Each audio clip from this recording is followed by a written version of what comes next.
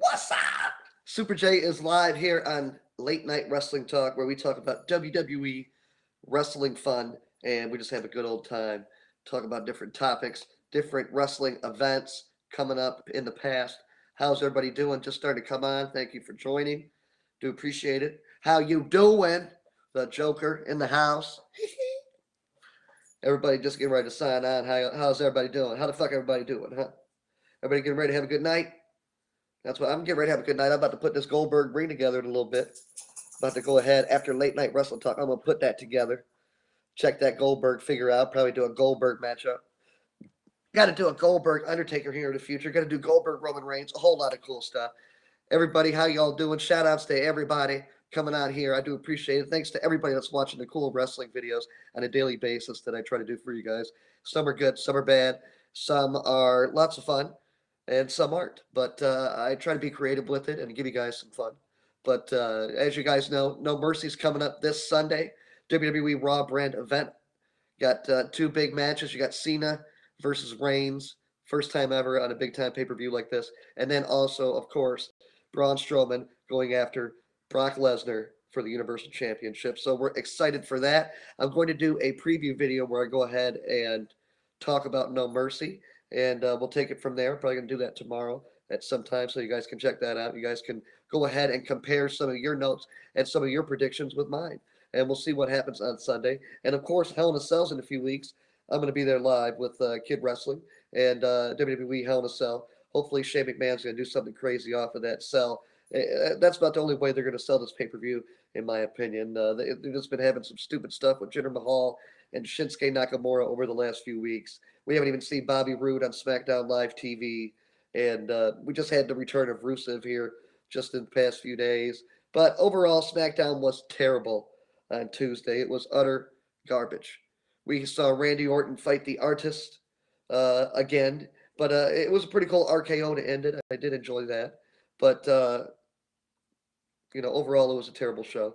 Apparently, the New Day, we're supposed to have some celebration. That's what it said on WWE TV.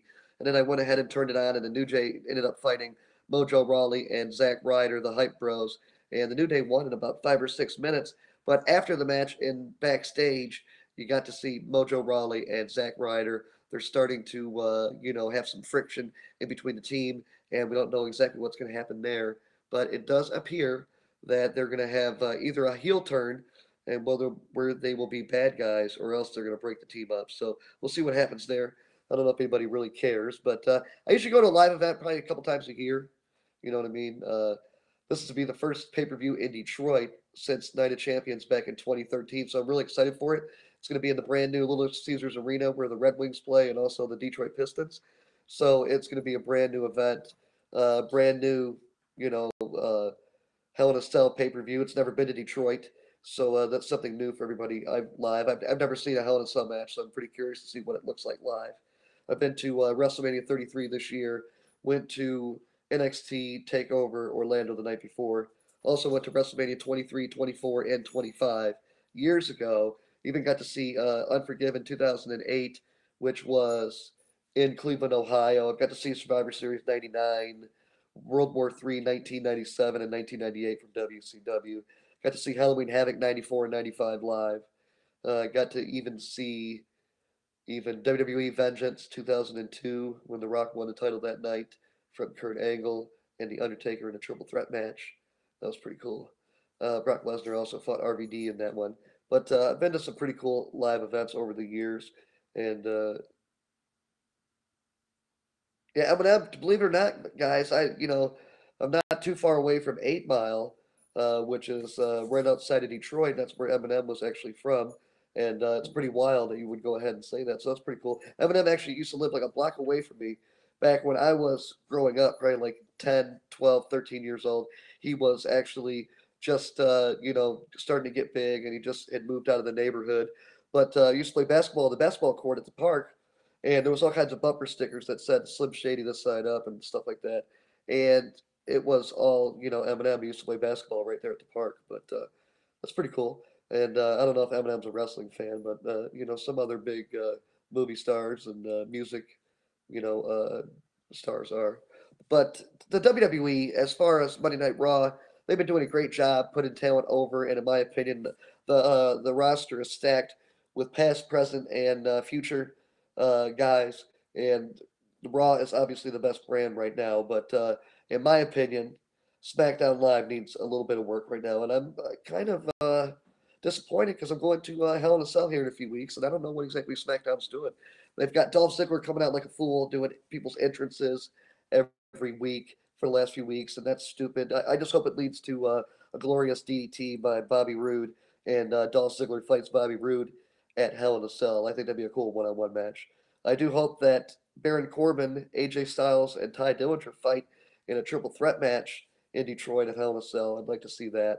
I want to see Shinsuke Nakamura Kinshasa, Jinder Mahal's head off and that title right off his waist. So I want to see Shinsuke with that title. I think you're going to get the biggest ovation ever when Jinder Mahal finally gets beat for this championship. The people are going to go crazy. And as you know, somebody's just commenting, Paige is coming back soon, and that's cool to hear. Obviously, she was, destined to be one of the biggest women stars in the wrestling business. She had, a whole bloodline of wrestling in her family and independent wrestlers and a promotion over there in England that her family runs. But it'd be good to see Paige back. I mean, there's a lot of women right now that, can put on some good matches. I'm sure Paige can, add to that. But as you know, she's still dating Alberto Del Rio, now known as El Patron or something like that. But yeah, we'll see what happens with her. But the WWE, they need to get their act together here in the next few weeks. And what's up with Shane McMahon just coming out yesterday to open up SmackDown Live and coming out with some bullshit? Just he's going to you know Kevin Owens is going to hell and all this stuff. I'm ready for this match to happen. In my opinion, Shane McMahon should have, shown the true McMahon. Shane McMahon runs SmackDown. Why didn't he have Kevin Owens run, a gauntlet on SmackDown Live where Kevin Owens had to fight all the biggest guys on SmackDown Live, and then Shane McMahon could have, picked on the pieces, picked on the scraps. That's something they should have done on SmackDown Live yesterday instead of just having Shane come out and say a few words in the beginning, and then Kevin Owens, later in the show going ahead with his few comments. I mean, they did a great job a week ago on SmackDown Live when they had Vince McMahon take one for the team and get headbutted, viciously by Kevin Owens, and a pretty cool frog splash and a great kick to the face. So I was really excited with what they did on SmackDown Live. But I don't think Undertaker's going to return. I think that'd be awesome. But, I'm not sure. I think Undertaker's done. I was there in Orlando, and you could just tell the atmosphere. I had called it earlier in the week here on the Wrestle Cave channel that Undertaker was going to retire. And thanks for, the guy that just commented, has been here since 200 subs. I know a lot of people have, and I thank you all in particular for being here from the beginning. And anybody who's new or just joining, thanks a lot. And we're going to have a lot of fun here as WWE continues, on into the new era. And NXT was earlier tonight. I didn't get to see that. I'm going to watch it later. Please, no spoilers, guys. I want to see Adam Cole, one of my favorite wrestlers in the world. I want to see him there tonight, and we'll see what happens. Emma is one of the most beautiful females on TV. She had a great gimmick going down at NXT, where she was a heel type, character.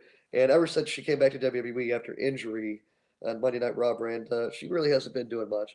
So we'll see what happens there. I mean, they've got other women they're going to push right now, including Sasha Banks, Asuka, Alexa Bliss. You've got other women that are more deserving of Emma after, Asuka here, undefeated since she came to WWE and NXT. So I think she's going to come onto the scene with a lot of big time, appeal and a lot of big time fanfare. And that'd be pretty cool to see Nia Jax win the title because then you could have Asuka versus Nia Jax. But I see Asuka versus Alexa Bliss in a pretty good matchup. I think Alexa Bliss can carry, a feud on the microphone because she's such a bitch and plays one so well.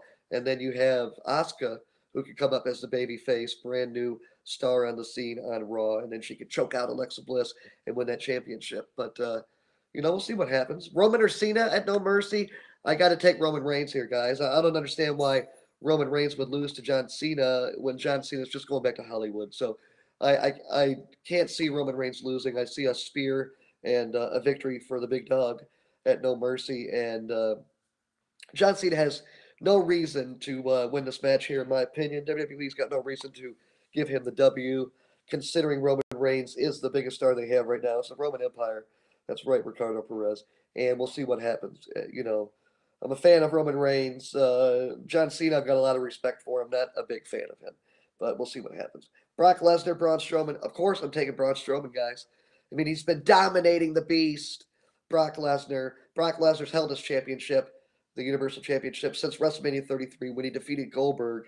The title's been on TV as a part-time basis, and Brock Lesnar does not need the belt on him. I think Braun Strowman's been built up as this monster among men, and he is. He's big Braun Strowman. I know a lot of people hate me saying that, but he's big Braun Strowman. And he kicks ass out there in the WWE ring. And on Monday Night Raw, they are going to give him the championship and represent Monday Night Raw every Monday night. You saw Brock Lesnar give Braun Strowman that German suplex a week and a half ago, and Braun Strowman got right up out of nowhere like nothing had happened. And just, he's that X factor that the WWE has right now, that Braun Strowman. He's that big time physical athlete that, just makes your jaw drop when you see him, how fast he moves with his size and just, his reflex. It's just the way he lands right off that German suplex and rolls out of it, or he's been knocked out of the ring and will land on his feet. He's a special once in a generation type wrestler, and he's going to be the Universal Champion come Sunday. Whether it's a clean victory or not, Braun Strowman walks out of No Mercy as champion, and Brock Lesnar ends up maybe getting a rematch at Survivor Series, or maybe he's injured at No Mercy, and we don't see him until Royal Rumble or WrestleMania season, in particular. But I would like to see a champion every week, and so we can see Braun Strowman as a Universal Champion just come out and destroy people on a weekly basis, and you have that championship mean even more. I mean, obviously it's been on Brock Lesnar here for the last 6 months, a lot of appeal. You've got that megastar Brock Lesnar, the biggest box office attraction in the WWE in the last generation.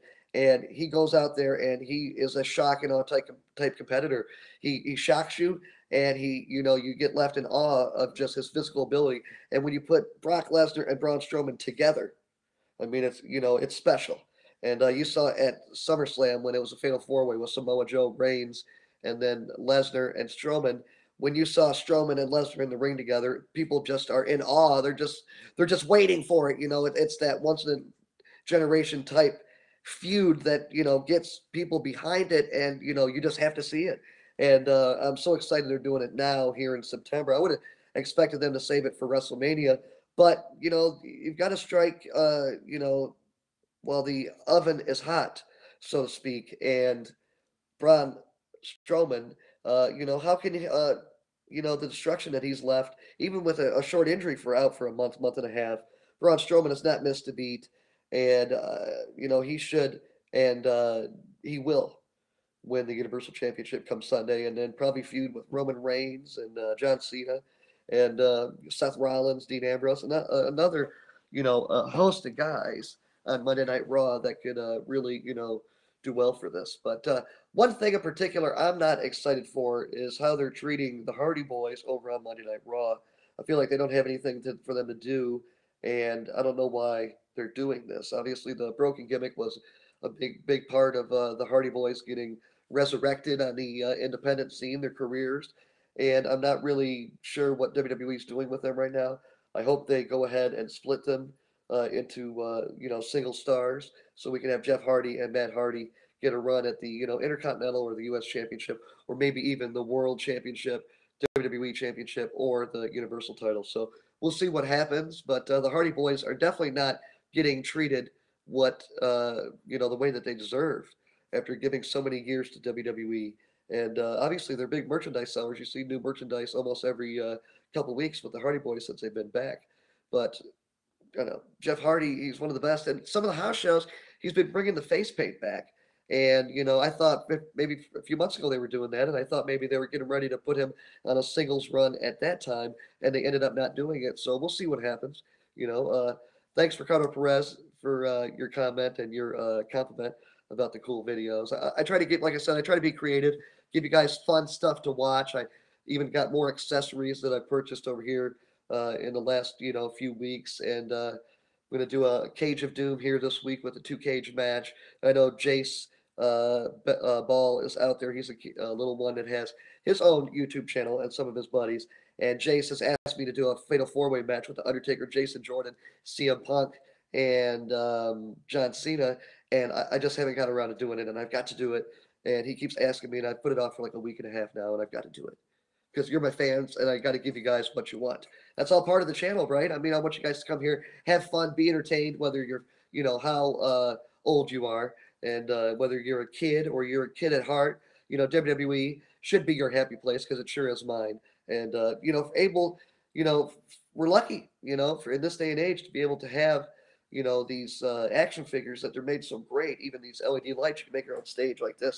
You can do a lot of cool stuff and have a lot of fun with it. And I don't have a lot of people to talk to, guys. I'm disabled. I had surgery on my spine, and I'm currently disabled. So I'm able to come here and talk to you guys and have a little fun here with a few-minute videos. It does mean a lot, and it's like my outlet. I don't get that because I don't work every day and physically not able to at the time. And hopefully I'll get better, here in the next couple of years. But at the current time, I'm able to, have a life talking to people here on the internet other than my family. So as you guys know, the women can drive you crazy. You know what I mean? I got 3 women living with me in 3 different generations. That's right.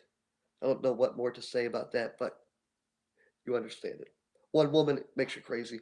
It's more crazy when you have more. But like I said, I love this WWE, wrestle cave that I've created down here, and I'm a big, action figure fan, and I always have been ever since I was a little kid. Since I was 8, 9 years old, I've been collecting action figures. And back when I was a teenager, I'd given, my toys to a family that were less fortunate and didn't have a lot of money at the time. So that way their kids could have some toys, and I gave all that away. And just being able to start recollecting, 3 years ago, has just been awesome. And being able to bring you guys these fun matches, and it keeps me on my toes mentally. And I like to go ahead and do stuff that will surprise you guys. You might get some people that win that you might not think would, or stuff like that. So you just got to watch the match and you got to have fun with it, and try to have good camera angles for you guys and a lot of stuff like that. But I try to do it as real as possible with the LED light stage that I've created, and just the way I try to write the matches. I just do it as I'm thinking. I get an idea, one or two, and I just go with it. And I'll get a match in my head, for the day, and I'll just end up having to do it. When my body feels good enough, when I have that few minutes to go ahead and do the match, I'll do it. And that's the way it goes. A pop-up arena idea is really cool. Think about doing that. I do need to add to the t-shirt wall here because I've got some more t-shirts, and I do need to do some reorganizing around in here. As you guys see, the brand new light up raw ring here. Yeah, buddy, of course I've seen 8 Mile in person. Of course. Look at that right there. That light up raw ring right there, guys. That Goldberg figure. I know somebody had requested Goldberg versus Braun Strowman. That is going to be an epic matchup you're going to see in the Wrestle Cave. You're going to see The Undertaker versus Goldberg in a dream matchup that you weren't able to see, in WWE. So that's what I want to do here. I want to give you guys matches that, should be done on TV, matches that would be a lot of fun, and they just don't seem to happen. Uh, I try to be creative. I've got a couple stretchers here, and I'm going to get some Velcro so that way the guys can actually be stuck to the stretchers, just like in real life. So that way, can have some fun with a cool stretcher match. But trying to build a little catwalk, tiny little, catwalk for Sting can come down from the rafters and have some cool lighting with that. But like I said, I'm just a WWE super fan, and I know you guys are too. So why not bring WrestleMania to your home? And to your man cave, but call it the Wrestle Cave because that's what goes on here. That's what goes on here, guys. My No Mercy predictions. I'm going to have a predictions and preview video tomorrow where I'm just going to talk directly about No Mercy and all the matches involved, and you guys will have some fun with that. And like I said, you guys could compare your picks and winners that you think winners and losers with mine, and that way we'll see how our minds go ahead and how they fit and how they think. You know what I mean? Well, I've got an idea for a couple tournaments, and thank you for asking. on there. I've got a couple ideas. I want to do a wrestling tag team World Cup, and that's going to be where so many countries from around the world where where I have action figures where superstars are from different countries around the world. We're going to have tag teams, so from each country. So from the United States, you might have two guys like Goldberg and Brock Lesnar as the tag team, or Goldberg and Steve Austin. And then from Canada, you might have Bret Hart and Chris Jericho. From Japan, you might have Yokozuna and Shinsuke Nakamura. We could even do, Ireland, Finn Balor versus Sheamus. Finn Balor and Sheamus as a tag team. Even the English connection, you could have the British Bulldog along with William Regal or somebody else like that. So just the possibilities are endless here, guys. Of these, the Spanish Mexico could be Alberto Del Rio and Rey Mysterio and Eddie Guerrero representing Mexico. The Mexico. I know there's a lot of fans from Mexico down there that watch the Wrestle Cave. There's even guys from Australia that we could throw in here. Tag teams from around the world in action figure form, where it's going to be a do or die tournament where if you win, you move on. If you lose, you go home, and it's going to be until there's one team remaining, and that will be the first ever tag team wrestling World Cup in history. So we'll see what happens there. I've also got an idea. I know a lot of people watch from Europe, so I plan on doing a European Championship, but it's only going to be involved with wrestlers from Europe. So and that's a lot of different countries. England, Ireland, Scotland. Even Germany. Poland, all kinds of other countries, and we'll see what happens there. And the only way you can fight for that belt is if you're from Europe. So that's going to be something pretty cool. Might even do a United States Championship similar to that, or North American Championship, where only guys can fight one another, and then they clash every so often. Title versus title. But I do plan on doing this week champion versus champion before No Mercy here. I want to do Jinder Mahal fighting Brock Lesnar. What do you guys think about that? Just a one-on-one match. I also want to do the New Day versus Seth Rollins and Dean Ambrose for the tag teams, champions versus champions, Raw and SmackDown Live. Even want to do, Natalia versus Alexa Bliss, and then want to do AJ Styles, a U.S. champ, against The Miz, the Intercontinental Champion. So Ricardo Perez, Roman Reigns, and Jeff Hardy. Let me go ahead and write that down, guys. I'm pretty sure I brought my little notepad down here. I started bringing it down here so that way I can do these live shows to you guys, and I can actually write down what some of your requests are, so that way you guys don't have to leave it on other videos. But of course, I can't find it at the moment, Ricardo, so I'm gonna have to get back to you on that. But I am gonna rearrange some cool shelves here, guys, so that way you can see the coolest collection out there on YouTube. I've got it all set up so where you guys can turn it around here, where you guys can go ahead. Let's look at that son of a bee. That beautiful Goldberg ring light up, my son of a bee. Look at that bad boy lighting up. I can't wait to bring you guys some Monday Night Raw matches in that ring. Goldberg, the man, as Bobby the Brain Heenan used to say. And God bless his soul. So sad to see Bobby the Brain Heenan gone forever.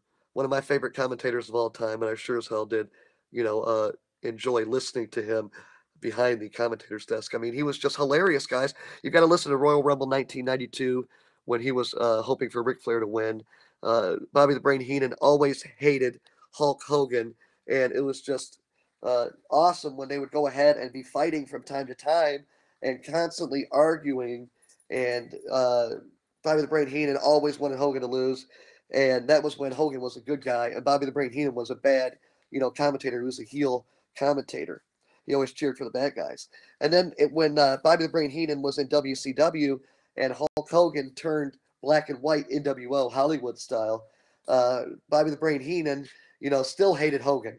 So you had Bobby the Brain Heenan, which was the heel commentator and bad guy, and then Hogan turned bad guy. You thought that Heenan would then like Hogan, but he didn't.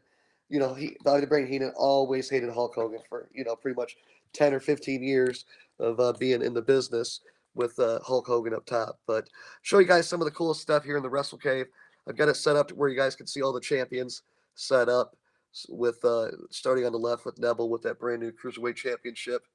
That comes with the TJ Perkins action figure. And it was pretty awesome. Toys R Us exclusive.